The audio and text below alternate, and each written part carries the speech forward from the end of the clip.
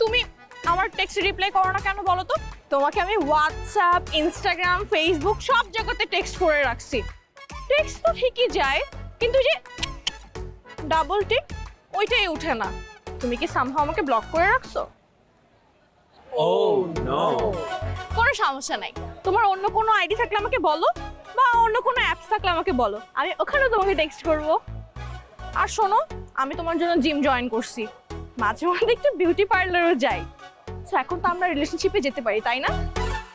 Lisa, once a no is Always no! yes, exactly. তোমার কি somehow ছেলে পছন্দ? Oh shit! Sorry!